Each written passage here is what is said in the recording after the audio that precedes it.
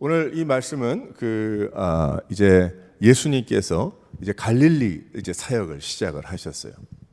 사역을 시작하셨는데 어부 시몬을 만나십니다. 그래서 이제 내가 사람 낚는 어부가 되도록 하겠다. 지난주 말씀처럼. 또 그다음에 나병 환자를 고쳐 주셨어요. 그다음에 또 다른 날은 중풍병자를 고쳐 주셨습니다. 그러니까 이 예수님의 소문이 쫙 퍼지게 됐습니다. 이제 그 후를 그러는 가운데 예수님께서 레위라고 하는 세리를 만나시는 그 말씀이 오늘 말씀이에요.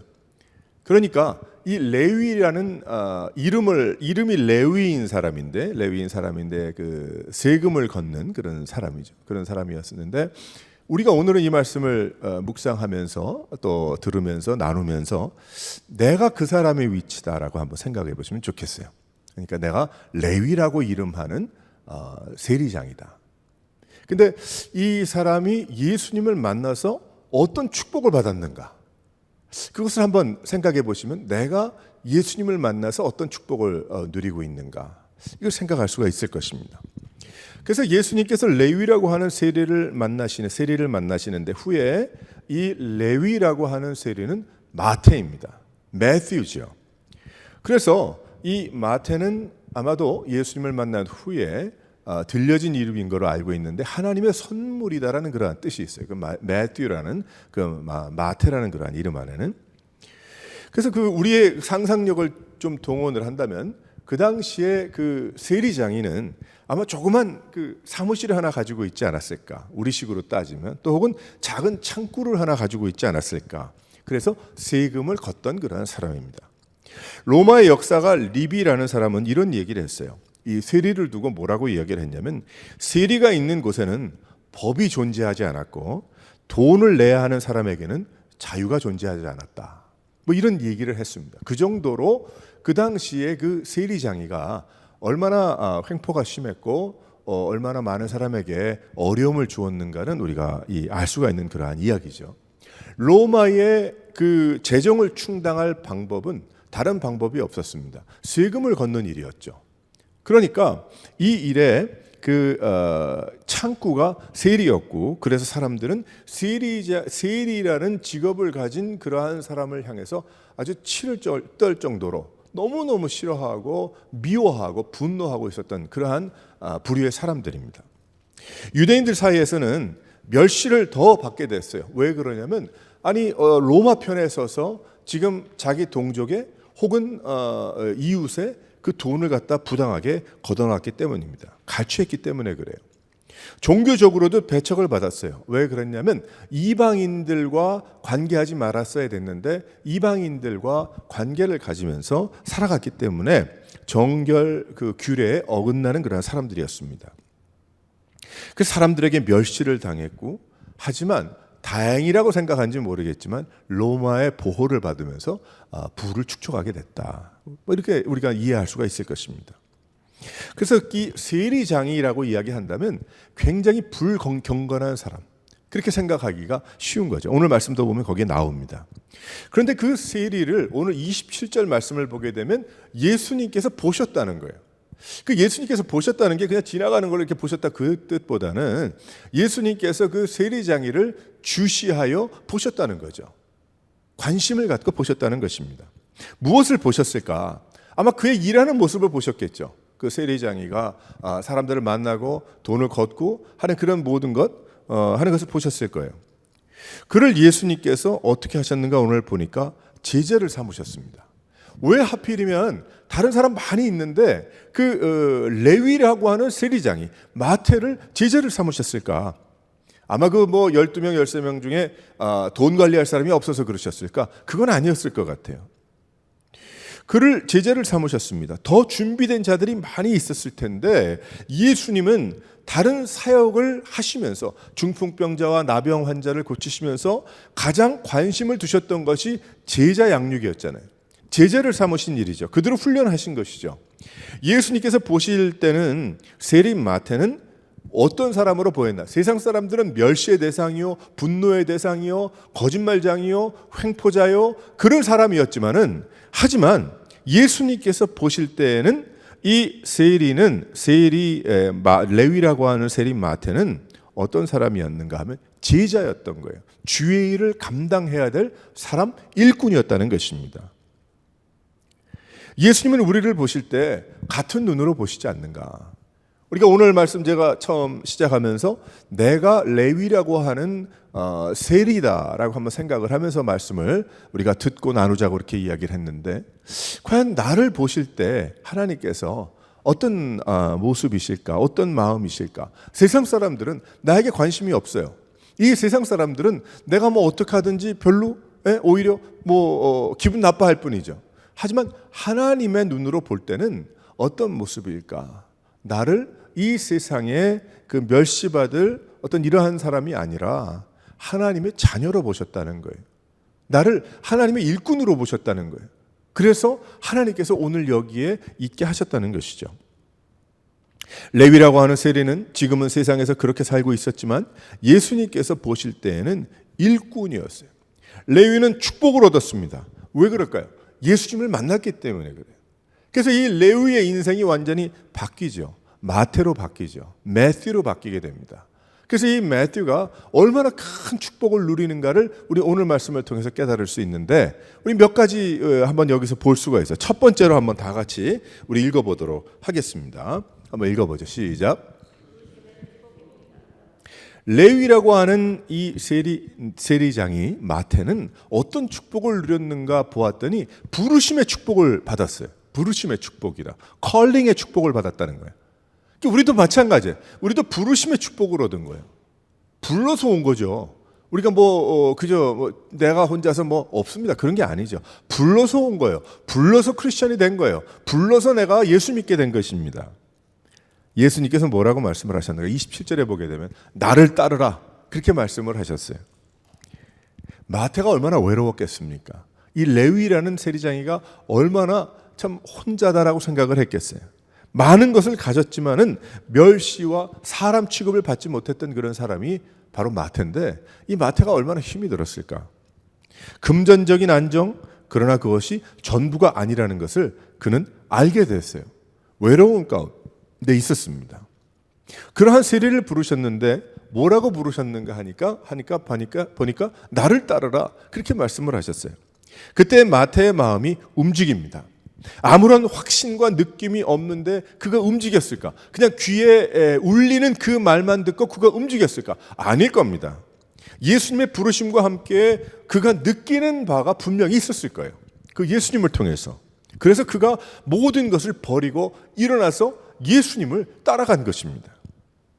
떠나는 것이 쉽지 않았어요. 않았을 것입니다.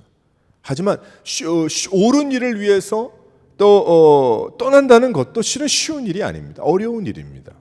그러나 이 마태는, 이 레위라고 하는 세리는 예수님을 만나고 나를 따르라는 부르심에 그가 따르게 됐어요. 왜 그런가? 마음이 움직였기 때문에 그렇죠. 떠나는 것이 쉽지 않습니다. 좋은 것을 두고도 또 떠나는 것을 뻔히 알고도 떠나는 것도 쉽지 않습니다. 그러나 나에게 가장 좋은 것을 위해서 떠난다는 것은 무엇인가? 축복이죠. 축복입니다. 이 레위라고 하는 세리에게는 자기가 대학까지 공부를 하고 대학원까지 공부해서 내가 이제 어카운턴트가 됐는데 이제 내가 이런 돈을 벌어서 일을 하면서 비록 내가 동족들한테는 미움을 받고 분노를 사고 하지만은 내가 나 먹고 살아야 될 텐데 내가 이만큼 했으니까라고 그가 생각할 수도 있었지만은, 그가 하나님의 축복 가운데 아마도 그 가치관의 흔들림이 있었던 것 같아요. 예수님 만났을 때 불러주셨어요. 그때에 그가 무엇입니까? 거기를 떠나는 게 더 축복이었죠. 실은 아깝다. 그 직업도 아깝고 공부한 것도 아깝고 그 라이센스 받은 거, 그 돈 다 버는 거 어쩌고 이런 것들 많잖아요. 그거 다 버린다는 거 얼마나 힘든 일이고 얼마나 아까울까. 그러나 이 레위라고 하는 세리에게는 그것을 떠나는 길이 복된 길이었다는 거예요. 모두가 다 그런 길은 아니었겠지만은 이 마태에게는 바로 그것이 복된 길이었다는 거예요. 부르심이. 우리 미국의 이민자들을 보게 되면 과거에 종교의 자유를 위해서 미국으로 온 청교도들이 있죠. 뭐 청교도들이 첫 해, 두 번째 해, 3년째 됐을 때 어떤 일이 벌어졌고 누구로 인디안들을 어떻게 했고 그거는 역사적인 잘 모르겠습니다. 그런데 중요한 것은 무엇이냐면 확실한 게 하나가 있거든요. 무엇이냐면 더 이상 내가 이렇게 믿을 수는 없다. 그래서 종교의 자유와 하나님을 제대로 믿고자 하는 그 마음을 가지고 이제 배를 타고 미국에 오게 된 거죠. 한국 사람들도 마찬가지 아닙니까? 한국 사람들도 자식 교육 때문에 왔어요, 누구 때문에 왔어요, 이렇게 얘기를 하지만 어땠습니까?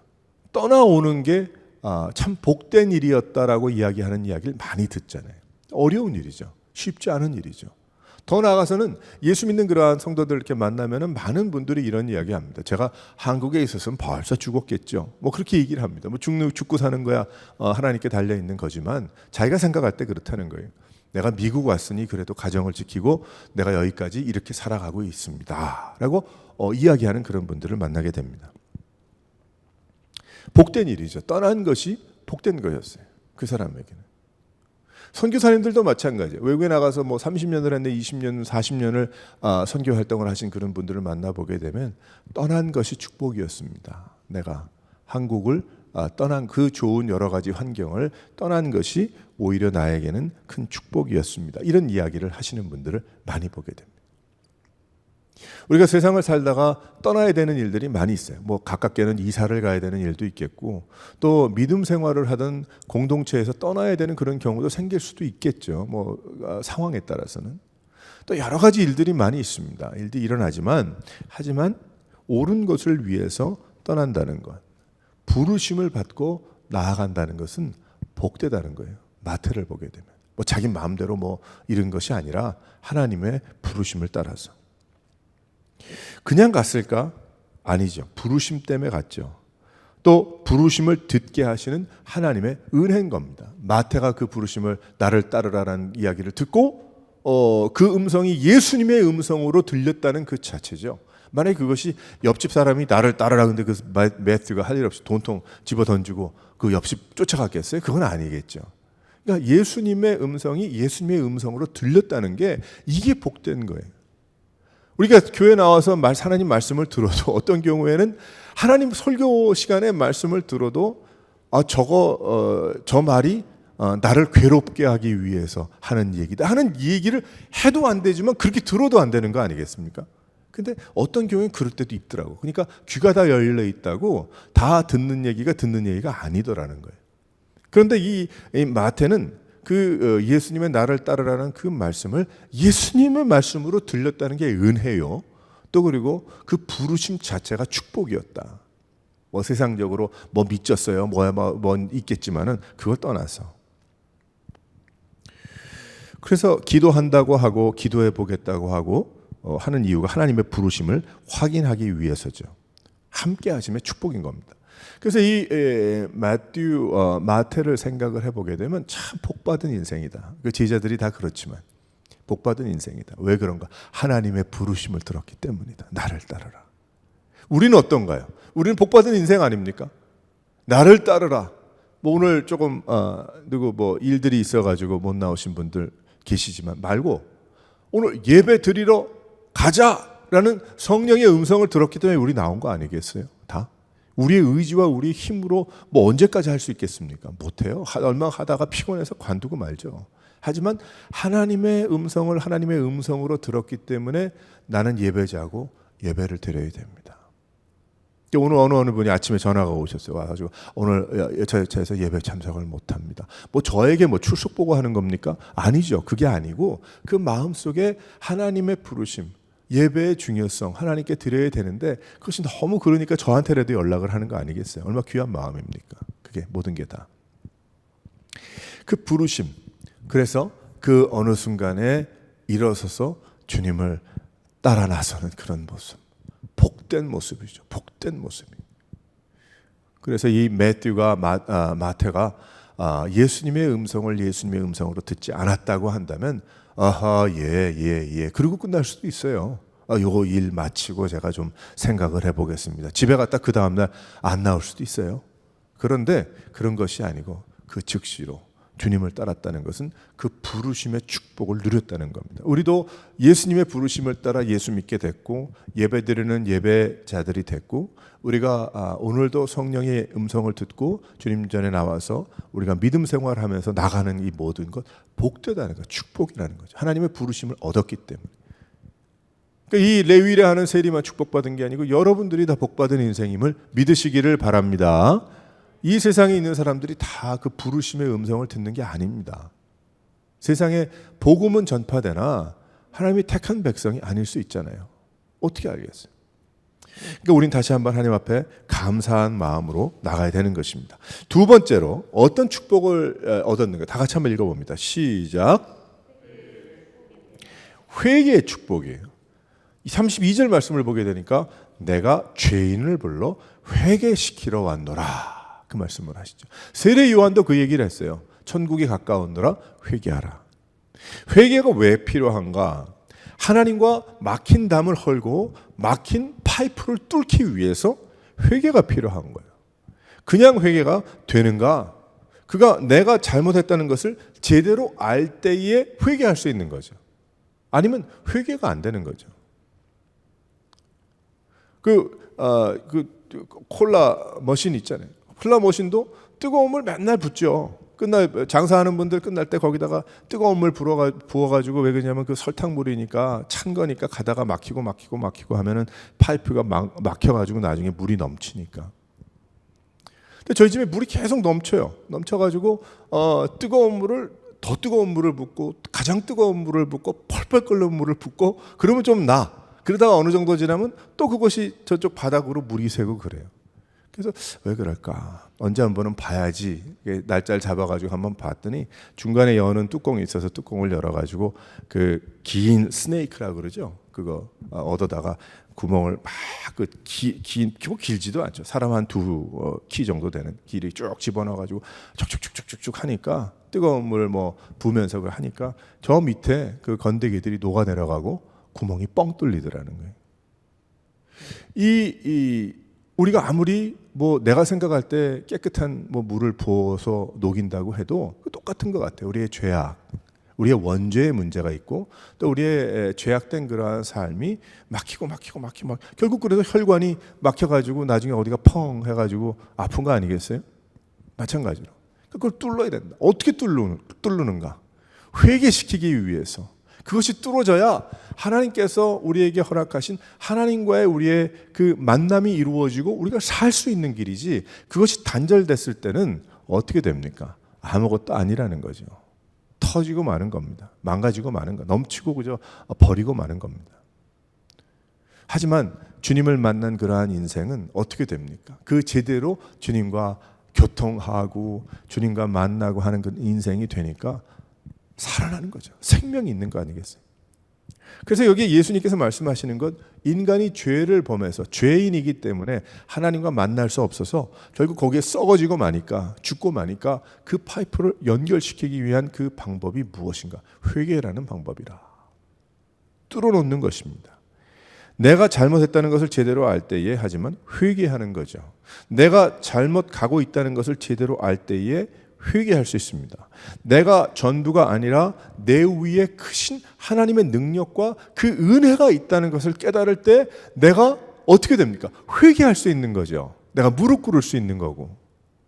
내가 하나님 앞에 무릎 꿇질 못한다면서 마음속에, 육신적으로 못 꿇을 수 있지만 무릎이 아프면 내 마음의 중심에 하나님 앞에 엎드릴 줄 모른다고 한다면 어떻게 회개하겠어요? 내가 왜 엎드립니까? 이 세상 사람인데, 내가 왜 저 사람한테 인사를 꾹뻑해야 됩니까? 하나님 눈에 보이지도 않는 그 신에게 내가 왜 무릎을 꿇고 무슨 회개를, 난 죄인도 아니고 죄를 알지도 못하고 나는 죄를 지은 적도 없는데 무슨 소리입니까? 이렇게 얘기할 수도 있죠. 그러면 회개가 안 되는 거예요. 회개를 못하는 거예요. 할 수가 없는 거죠.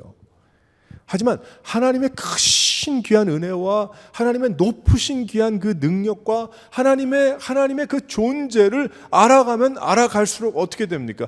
회개할 수밖에 없는 거죠. 나는 극히 작고 작은 그러한 사람인데 하나님이 나를 사랑하고 계시다는 것을 깨닫기 때문에 회개할 수 있는 거죠. 그러니까 내가 주님 앞에 엎드리는데 엎드리다 보니까 어떻게 돼요?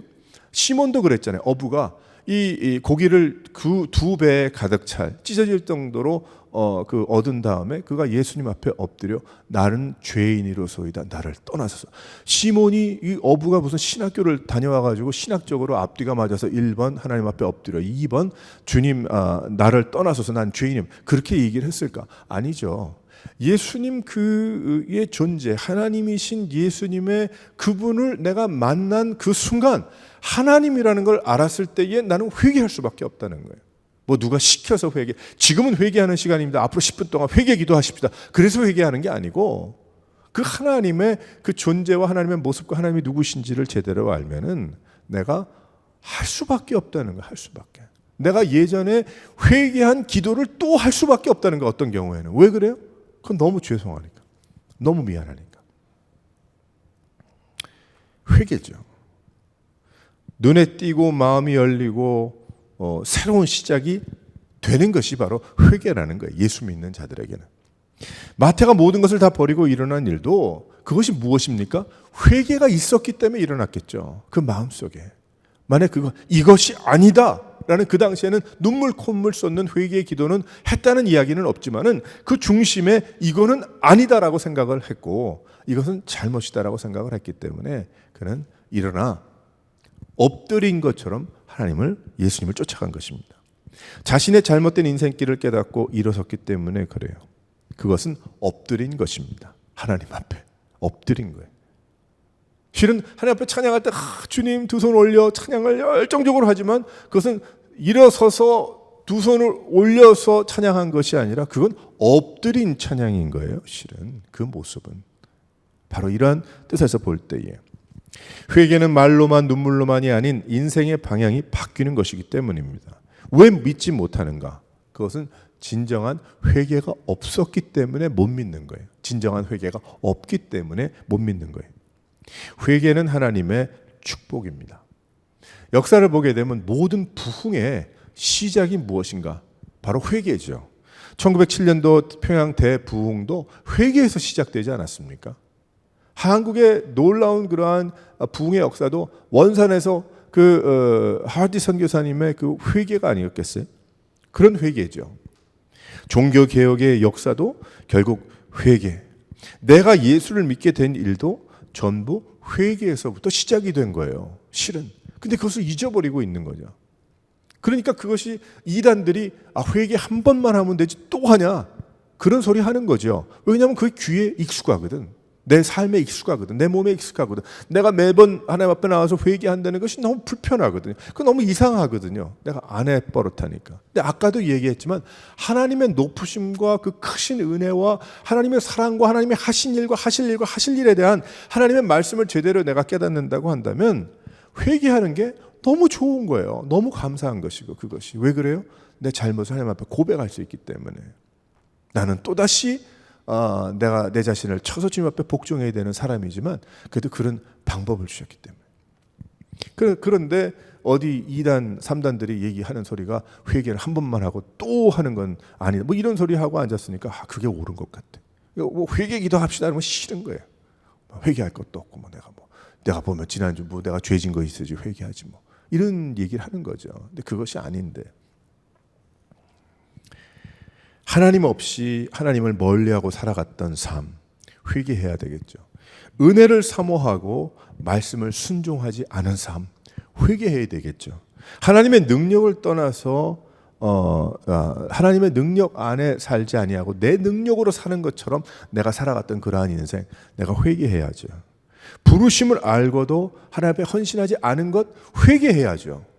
그것이 그런 회개가 없이 어떻게 크리스찬이 될 거며 어떻게 신앙의 성숙이 있을 거며 주의 일을 감당할 거며 어떻게 교회를 이루겠습니까? 못 이루는 거죠.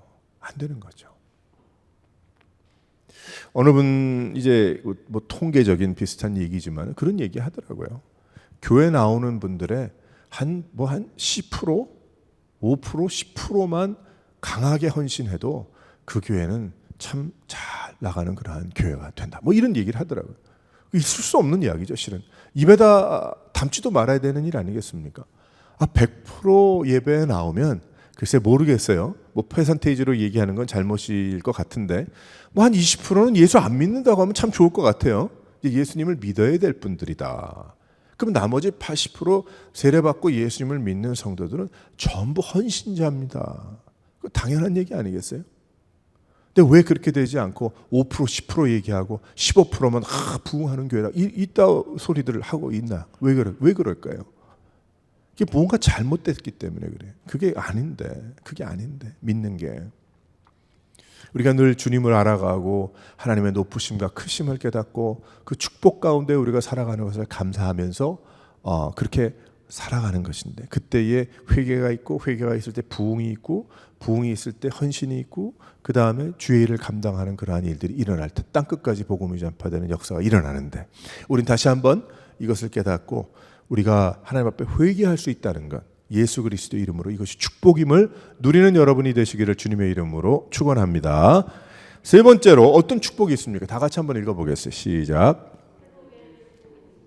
회복의 축복이에요. 31절 말씀 보면 건강한 자에게는 의사가 필요 없고 병든 자에게라 쓸 때가 있나니 모든 것이 회복되었어요. 마태가 많은 사람들을 초청했어요. 여기 보면 초청했겠습니까? 그 전에 초청한다고 오겠습니까? 그렇지 와봤자 세리들이지. 그래서 뭐 그 세리 정도 하면은 얼마나 그 돈의 계산이 빠르겠어요? 모토로 초청을 해가지고 그 돈을 낭비한대요. 그런데 지금 여기 보니까 마태가 많은 사람을 초청했어요. 나병 환자가 중풍병자들이 회복을 받았습니다. 믿음이 건강하게 되지 않으면 어떻게 마음이 건강하게 되지 않았으면 어떻게 마태가 그렇게 할 수 있었고 어떻게 중풍병자가 일어나 들 것을 들고 하나님께 찬송과 영광을 올려드리고 돌아갈 수가 있었을까? 삭개오가 어떻게 내가 잘못한 거에 몇 배를 내가 다 갚겠습니다. 자기 주머니에 들어온 건 자기 거라고 생각을 하지 그것이 또 내놓겠다고 생각하는 사람이 있겠어요? 없죠. 그런데 삭개오는 예수님 믿고 어떻게 됐어요? 그것이 아니라는 거예요. 그것이 다 내가 하겠습니다. 마음 중심의 회복이 되었기 때문에 더 좋은 것을 얻었기 때문에 그래요. 교회 회복되기 위해서 나오지만 회복되었기 때문에 나온 거예요. 실은 교회 나오는 분들 이렇게 보게 되면 회개하고 나니 새로운 사람이 된 것이고 예배를 사모하게 된 거예요.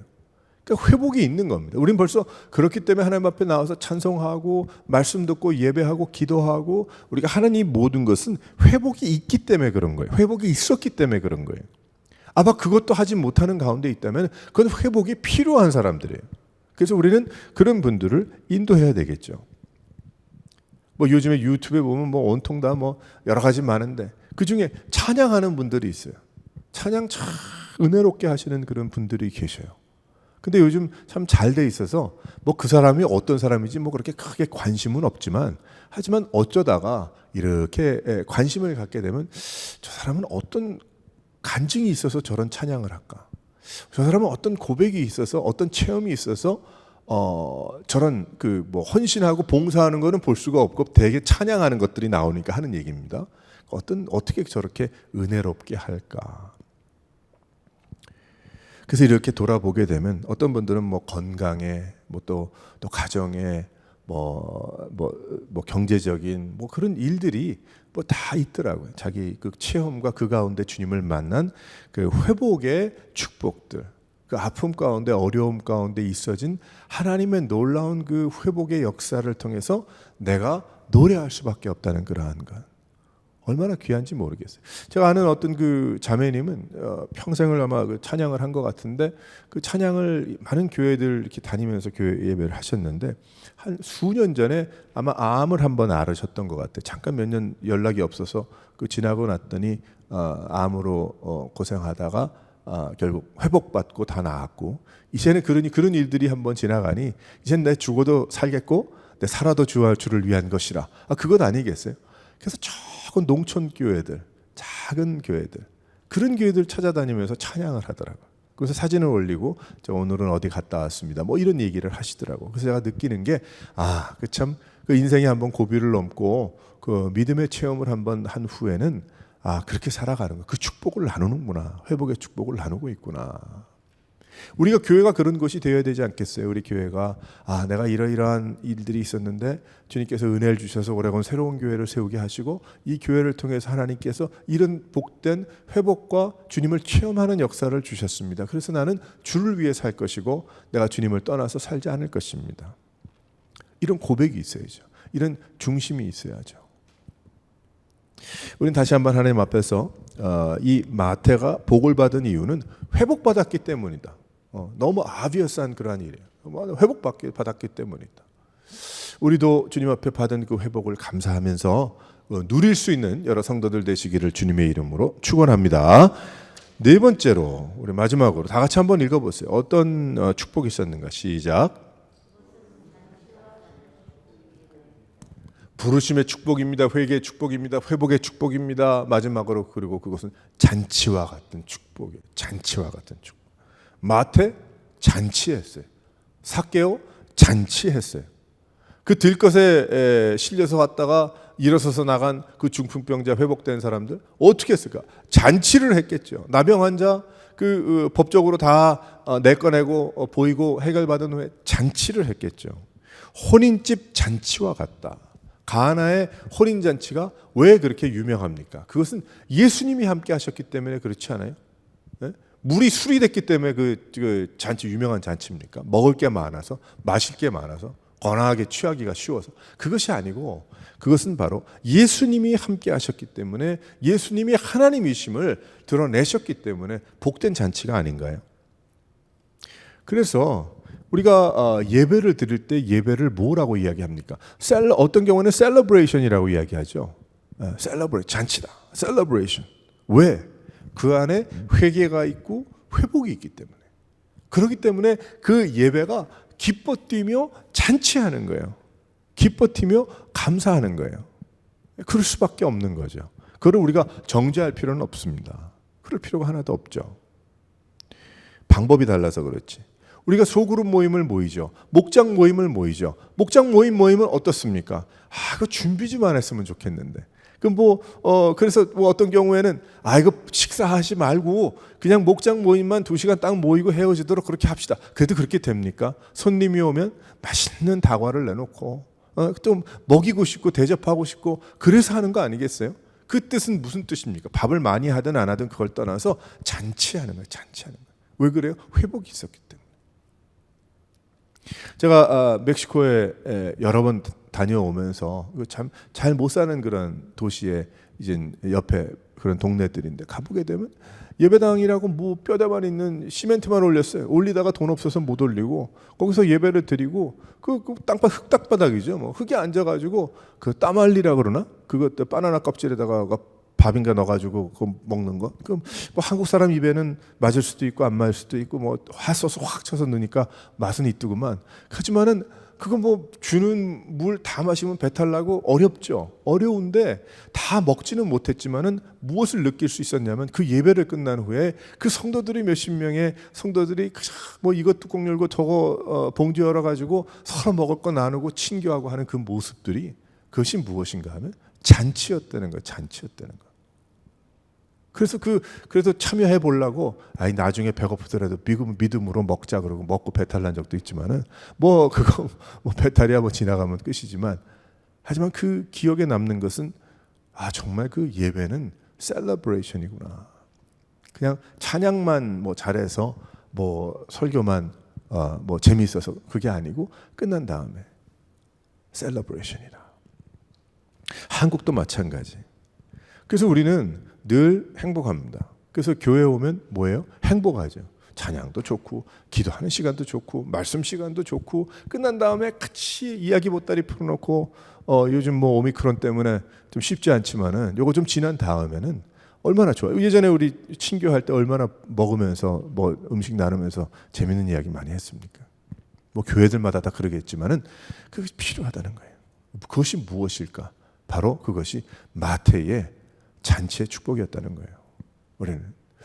우리 다시 한번 이러한 것을 깨닫고 바로 이 레이라고 하는 세리 그 마태가 누렸던 그러한 축복, 부르심의 축복, 회개의 축복, 회복의 축복, 잔치와 같은 기쁨의 축복, 이것이 바로 우리에게 이루어졌다. 오래곤 새로운 교회 이루어졌고 나의 삶에 이루어졌다는 것. 나를 그렇게 불러주셨고 나를 회개케 하시고 나를 회복시켜 주시고 내가 그저 주님 앞에 나누면서 또 우리 성도들과 함께 나누면서 먹이면서 또 받으면서 기뻐하면서 이러한 나의 삶은 이 세상은 어둡고 힘들고 여러 가지 흉흉한 그러한 이야기가 들릴지 모르지만 우리 예수 믿는 인생들은 뭐예요? 천국을 향해 가면서 좋은 그러한 기쁨의 소식들을 듣고 얼마나 좋습니까? 얼마나 귀하고.